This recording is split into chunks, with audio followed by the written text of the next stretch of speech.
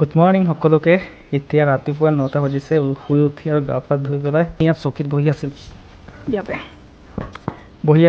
মই এতিয়া আছোঁ বৰ্তমান উৰিষ্যাত। আৰু ইয়াতে থাকি মোৰ এনেকুৱা ফিল হৈ আছে কি মই নিজৰ ঘৰত আছোঁ বুলি। এতিয়া ধুনীয়া এটা প্ৰাকৃতিক পৰিৱেশ। এয়া সৰু এখন গাঁও, ধুনীয়া ৰাতিপুৱা শুই উঠি ধুনীয়া নেচাৰেল মানে এই ওপৰত উঠি পেলাই দেখা আছে আপোনালোকক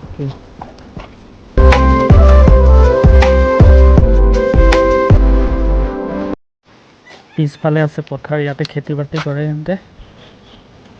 এইয়া চাওক গাঁও।